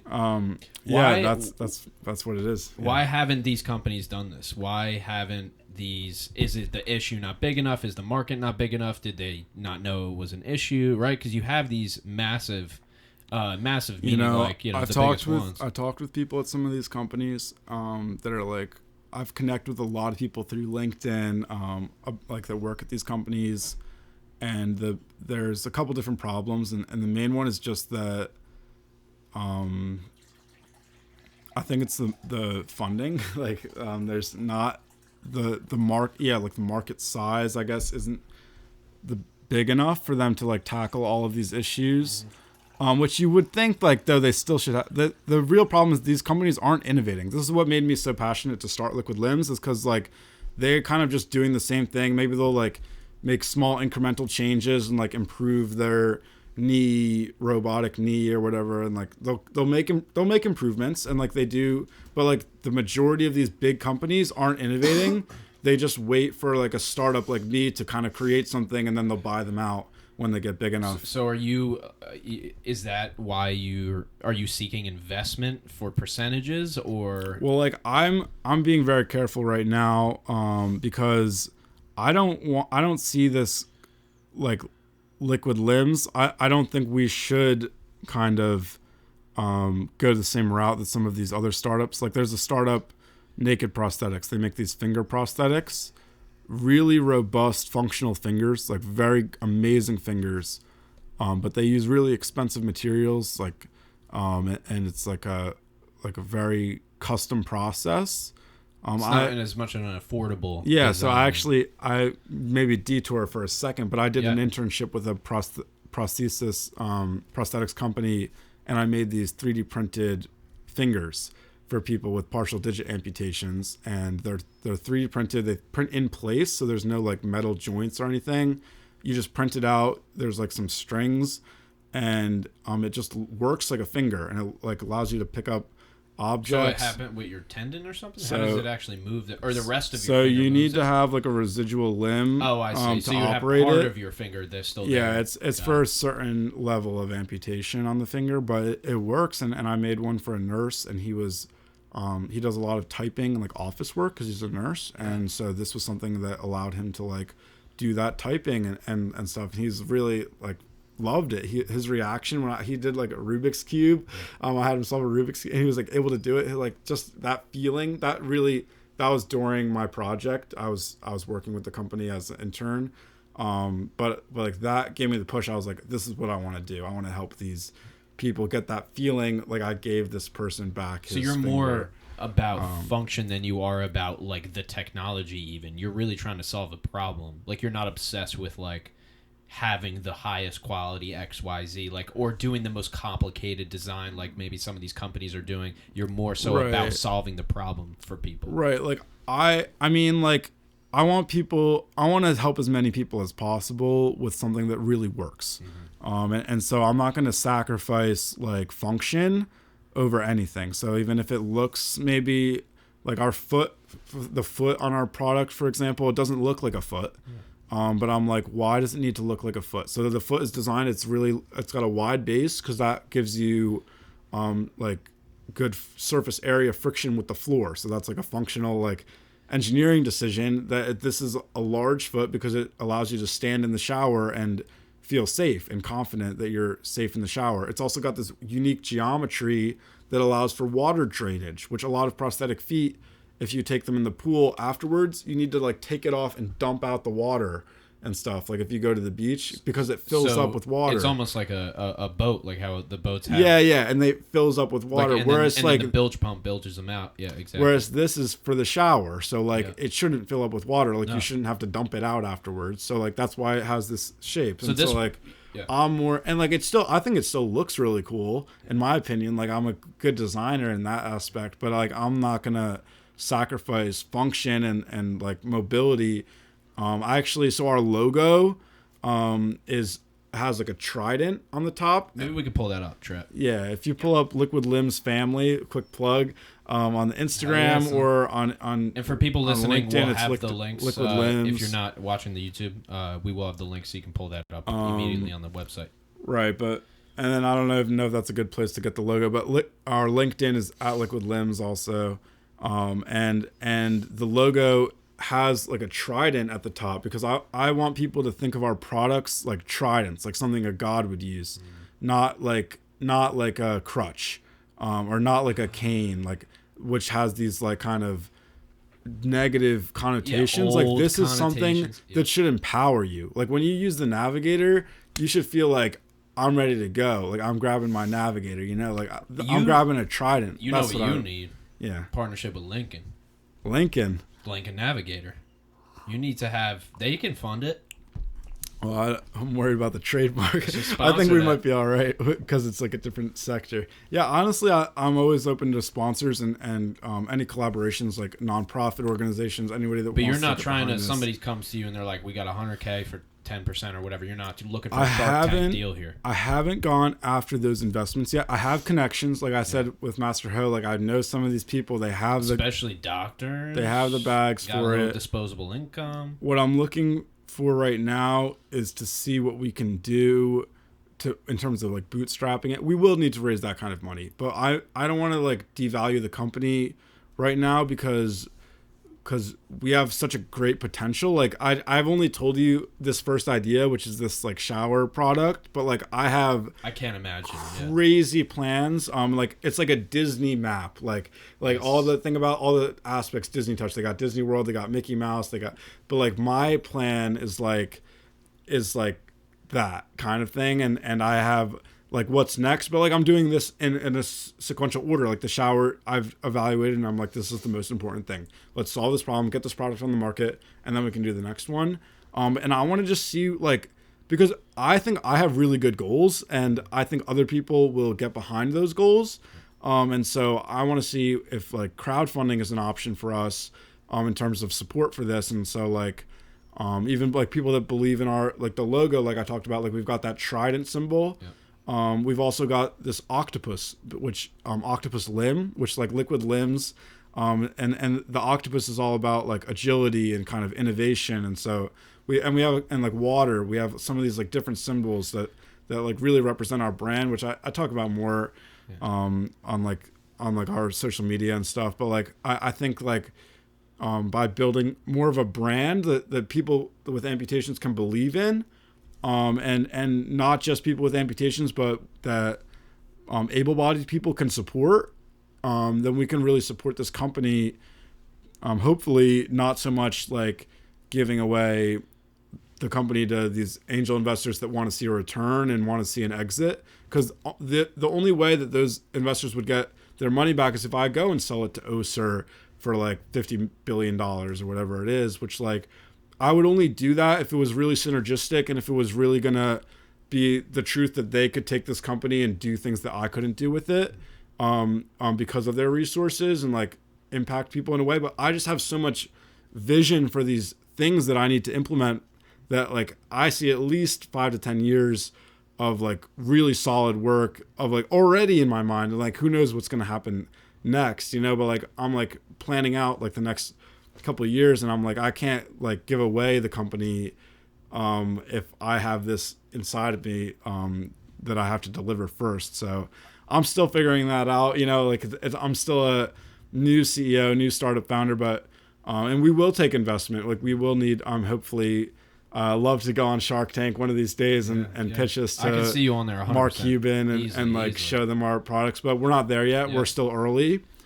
So I feel we're early in terms of that, and also so we have crowdfunding and then there's grants. I'm hoping that the government will support this because we are really going to help military veterans. I kind of talked a little bit earlier about how I want to like give back to the military community, and I found this way like I can really give back to the military veterans and get them these devices, hopefully for free, for like get them these things, and that's my goal. Is and honestly I have ideas where people won't even need to pay for these prostheses. Like we will make them affordable in such a way that they will be free to all people. Deserve legs. I really believe that in my heart, that like if like you deserve a leg. I just feel that. So and you deserve a waterproof leg. Like if our legs are waterproof, like no matter what your ability is, like you deserve access to the technology that will enable you to do what you want to do. That's just like, I think for me that technology was Qigong, and it took me 12 years to find it, and I finally found Qigong, and it helped me become a whole new person. And like if for you that's a prosthetic leg, or if like that lets you climb a mountain, then get that. Like we should get you that leg as a human species. We can work together to like enable access. It's just about access to technology, because think about like someone in Brazil where they don't have access to this prosthetic technology, or Nigeria. In Nigeria, only 9% of amputees have access to prostheses. 9%. That means 81% of people don't have a leg to walk around on, like of amputees. And like here in the United States, it's kind of the opposite. But like we should make that access like we just need to make the thing. It's not like there's like the economics don't make sense. I'm like, we'll just make it like we can make the money work out later on. Like if we all work on this. So I just want to motivate people to understand where I'm coming from, and like hopefully support my mission. Give us some money to do this, and as like a gift or like as a crowdfunding, like you get like some reward, like a t-shirt with our branding on it, and I want people to be able to buy one, so you can like purchase one for a military veteran, and like through our campaign. There's so many ways I think we can do outreach. Right now in Ukraine, people are losing limbs every single day because of the ongoing war. And we have the opportunity with this product, because those people, they're in a war zone. Like they can't get a prosthesis made. They're literally in a war zone. Like they are losing a limb, and then they can't have a prosthetic made for weeks to months, right? But this device that we've created can help them have mobility. Even they can't have a prosthetic leg, they can at least use this to get around during that time. So I'm really passionate. Like as soon as we have the funding capabilities for this, let's get 100 of them over there and just like see if they like them and stuff too, you know. I wanted, like I'd just be sending them over there if I had like the capability to do that. I just need the support from the universe to kind of allow that, but I'm working on it on my end. I think I'm doing everything I can. I'm working on myself. I get up like 5 a.m. woke up at 5 a.m. this morning, been going all day. This is like what I'm trying to do. It's like this is my main goal, kind of have like even the Qigong stuff, like I've stopped talking about it on social media just because I need to focus on one thing. Even as passionate as I am about that, like this is right now like what God wants me to do. I'm not super religious, but like it's my duty. I really feel like this is bigger than me. It's like I've been placed in this position, have been given these experiences, and more so like the ideas. Like if anything, God, whatever, gave me the ideas for this. And I feel like those ideas, I've developed them to the point where I feel it's my duty to enact on them. So that's what I'm doing, and yeah, that's my mission, man. As unfortunate as it may be of the things that you had to go throughout your life, it has set you on this path, and dude, it gave me character. Like, yep. I really think of myself as a character in a really, really good story, and like a good story isn't all shiny days, like I am a character, and I tell my story by living my life every day. And so this is the chapter of my story where I get to help people with like physically challenging disabilities to live more mobile lives. And I have the opportunity to do that, and I'm going to do that because I feel like everything has given me this opportunity, and it's in my hands now. So, and that's what I just want to work with whoever can help us to do that. Yeah. Hopefully you can grab some content from this and use that to promote as well, and that's the power of the podcast. I hope so. I believe in the podcast. This felt great, even just as like to talk with you and like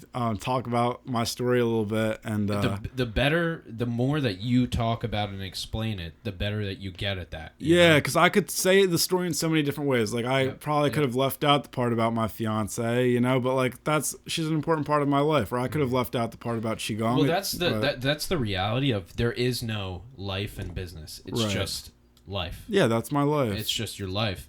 And at least with me, like with everything I do, it's all intertwined somehow in one way or another. If you're putting time into something, you're taking time away from something else. Yeah, that's true. So energy, time, it's all finite, Yeah, that's why I like even told her, I was like, look, like I kind of had to put the business first right now, and like I might not be able to you know call how many times I've said that? And then like I'm just like, look, I can't that's like but, you're like business number 1, you're number 2, and then I'm number 3. Sometimes it has to be like that. For real. And it's not because you're selfish. It's because, and I truly believe this, I don't look at selfish as negative. I look at selfish as positive. If you're prioritizing yourself to prioritize other people, that's not a negative, right? So if you say I gotta this isn't a credit card scam, I mean you're doing something really like powerful. I literally am doing this every single day. Like I post Instagram stories. I try to now more like Instagrams of me like making the things. Like we're making these molds so we can make more, because 3D printing these parts was like they're too big, like it takes too long. So we're like, okay, that's a challenge, but we'll overcome it. We'll figure out how to make these things. We want to do injection molding, which is going to cost a lot more money, but like first we just need to do this beta testing. We need people to try and use the device and like let us know, what do you think? Have they used it? Have any amputees used it yet? Or? I've had a few. One has used it a lot, and I've gotten really good feedback, but I need more. I need like 20 to 30 people. For sure. Before we go spend $300,000 on a machine that can make these things on the level that we need to be able to make them at. We need to first make 20 or 30 of them and have people try it. So that's what we're doing, and I'm working with a group called NextFab in Philadelphia, and they're helping me. We won some business competitions. I guess I kind of skipped over like starting the business, but I kind of just dove into the mission and everything, and I think I covered it. But we can bookmark things too. Don't worry about it. Yeah. I worked with the IEI at Temple. So my senior year, we had finished the senior design project. We won first place in the senior design project, like with that design, and then I kind of knew like I'm not letting this die as a school project. Like this is way bigger than the school project. So filed for a provisional patent last year, and then did like all of my senior partners had graduated, like they were done after senior design, but I still had a couple more credits, like 2 more credits.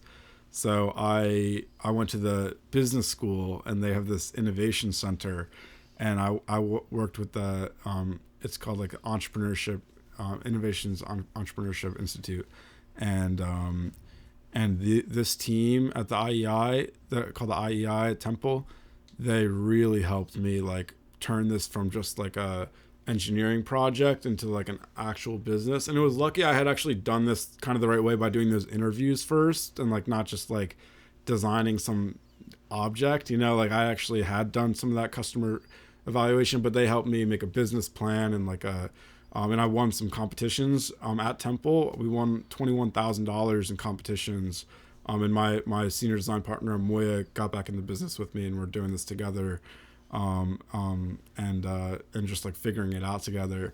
And so we're just going forward, and we're in another competition right now that's like for with Delaware Valley University, and like it's like a Bucks County competition, which is where I'm from.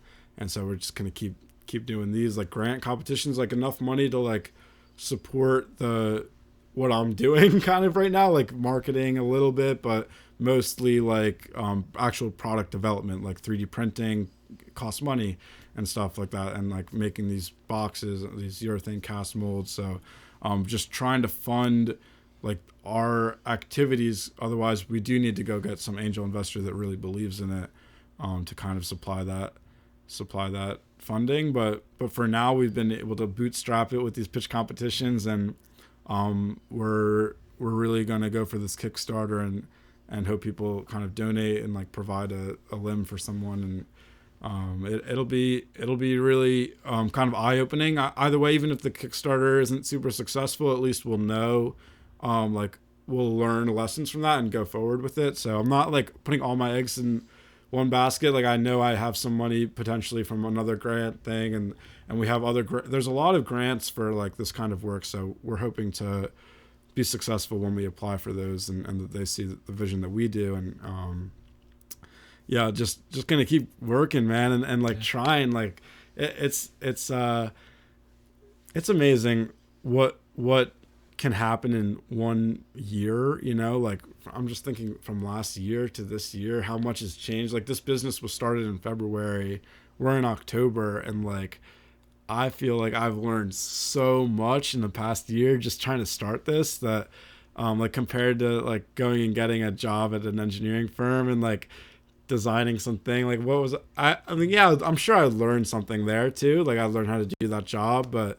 I'm learning a lot as like how to start something myself, and I feel great about it. And even if it didn't work out, like worst case scenario, like at least I learned this and I can apply that towards my next thing. But I'm just feeling so good about it, and like everything that I have a lot of momentum with it, so there's no way I'm gonna stop until like my back's against the wall. But I'm just full steam ahead, and I'm really glad to have a really supportive team. Amoya's amazing, and we've got a film team that's been just making some videos for us too for the Kickstarter, and Laminar Media, shout out, plug for them.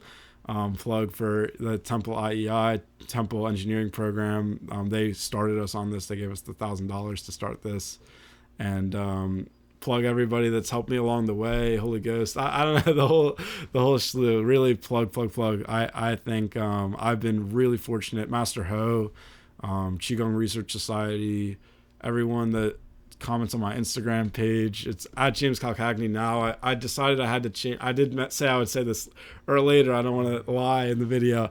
I had to change my name back to James Calcagni from Qigong Dude, because it didn't really make sense for people to see Qigong Dude posting about like prosthetics and stuff. And it was really hard for me, like after like years of like a year and a half building up that account, like to stop and say like I'm not going to be Qigong Dude anymore. Like that just ripped me to shreds. But like I had tried to start like a prosthetics dude account and Qigong Dude, and it was just too weird to do like different things. I was like, let's just be authentic. I'm going to be James Calcagni. I'm going to live my life, and I'm going to tell the story of what I'm doing every day, and that story might change, but if you want to be like here for the ride, then let's do it. And definitely I lost some followers and people, but like that's not what my focus is. My focus is more now like, let's be authentic to who I am. And right now that's Liquid Limbs, and that's being CEO, which is kind of like a crazy word actually, like to say I'm CEO, but I'm kind of just, I have to embrace it in order for it to work. And I've just stepped into that role, and I'm living it every day and learning. It's a never stop learning process. Like this is just every day I learn something new, and I realize, maybe I was late to that meeting. I should have scheduled things better. Maybe I screwed up that email, or even bigger things, where maybe I spent $500 on something I shouldn't have, or what it is, but I'm you just throw things at the wall sometimes, and something sticks, and then you're like, okay, yeah, maybe buying that 3D printer was a good idea. We made this prototype and it led to this and this and this, and if we hadn't done that, then what would have happened? I think just trying has been working, and I just am being strategic about it now more, and it's good. It's going well, and just need that kind of that thing to push it over the edge, and make this the the unicorn like Uber and all the other ones, right? But I'm confident, man. But I'm confident too, and we're going to be successful.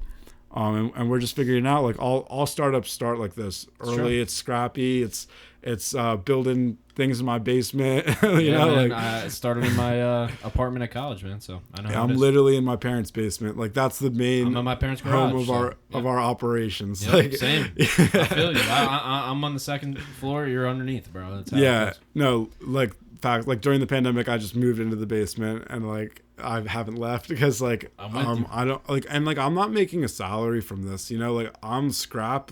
I started Fiverr gigs. I do engineering work for people, design work, and it takes me not so long, but I'm able to charge enough I was gonna ask you how you support your that's been self. Kind of, I make a little bit of money from Qigong classes and stuff, and then I'm the same way, dude. I mean, I've been a wedding DJ for 4 years. It is okay, I'm not gonna be able to I couldn't pay rent right now. I don't make that much money. But I'm okay, I can take this Fiverr gig and make $2,000 here or there, and that'll pay for gas. I have to pay gas, to get to Philadelphia and back. It's not living is free. Dude, it's not. But I've been lucky to have that education actually has been really powerful on Fiverr. But we could go on a whole tangent for sure, dude. There's about 10 things that I want to bookmark. There's a lot of different avenues that we didn't even cover today. We covered most of them. I'm around. Yeah. No, dude. Yeah, I'd love to have you back on. 6 months, year, whatever. That's typically what we do, about once a year. Okay. Sometimes shorter, dependent. I'll be back. Especially if something happens, let me know, or something big happens, you want to announce it or something like that. Definitely. Yeah, this is big. I mean, I think the timing. You didn't even know I was doing the Kickstarter. I barely knew anything. I just thought it was a cool idea. Yeah. I'm so glad you reached out. I didn't even know it was waterproof. Yeah, that's how much I didn't look into this. I mean, I think it is really cool, and I love it, man. Just in terms of it's different. Sometimes it's not about being the best thing. It's just it's different enough. Nobody else is doing this. You know? No, 100%. There's literally nobody else is making this thing, and I'm why not? Well, you're the guy, dude. You're the man to do it. I'm the guy. So make sure we'll have, like I said, we'll have all the links in the description, and make sure you plug anything else. You can follow me on it's pretty much James Calcagni on YouTube, on Instagram, on TikTok, on LinkedIn. I'm starting to get on Twitter. I'm trying to do all the social medias now, but some of them less active than others. But definitely Instagram, LinkedIn, I'm always on there, and I'm starting the YouTube. If you want to subscribe to my YouTube channel, that's my plug for the day. If you're gonna go anywhere after this, go subscribe to my YouTube channel. No, more videos coming. Or Liquid Limbs. It's at Liquid Limbs Family, and we are posting more content with amputees who are using the devices, and we tell something different every single day. Now we're posting every single day, so all that social media and You can always reach out to me if you have anything you think can contribute, or maybe comment on this podcast and let us know like what your thoughts were on my story. I'd love to hear them, and just even if it's just a general comment or something specific that's spoke out to you. This is my first podcast, so I'd love to know like what you thought really spoke out, so I can speak more about that in the future. Hey, what he said, you're making my job easy, man. Comment, drop a come on. You watched the whole video and you're not going to leave a comment? Like, come on, man. At least drop a little something for the homie, dude. And subscribe if you're not subscribed. Hey, all right. You got it. Dude, thank you so much for doing this today, man. Thank you, man. Anytime. Thank you so much. Anytime, really, man. I had a great time. Yeah, absolutely. We have to do it you got again. all the plugs, man. We got everything in the show notes and description. James, thank you so much for doing this again, man. And we're definitely going to have you back on. A lot more to come. This is just the beginning of this. So, hey, man, I say it every time. I'll say it again. Thank you so much for tuning in to another episode of Bobcast. Make sure you check this video version on YouTube as well. And as you know, we're on all platforms, even the ones nobody uses. All right, we'll catch you on the next one. Bobcast out. Yeah, peace.